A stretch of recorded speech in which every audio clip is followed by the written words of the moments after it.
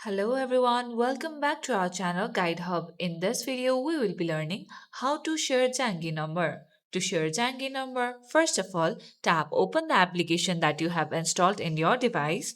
If you have not installed the application yet, you can go to your App Store or the Play Store depending upon the device you are using and then install the application first. Once you tap open the application, it will lead to this settings interface. Now, on your top, you will see your private number. Right beside your private number, you will see share button. Tap on it.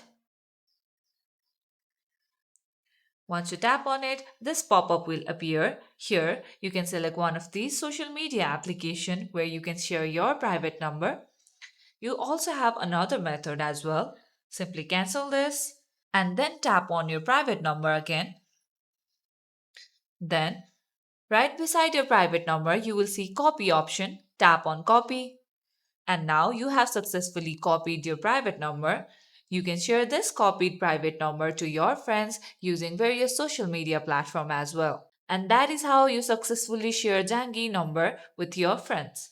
Sharing Zangi number helps in secure and private communication, especially for international calls, business interactions, or avoiding SIM-based calls.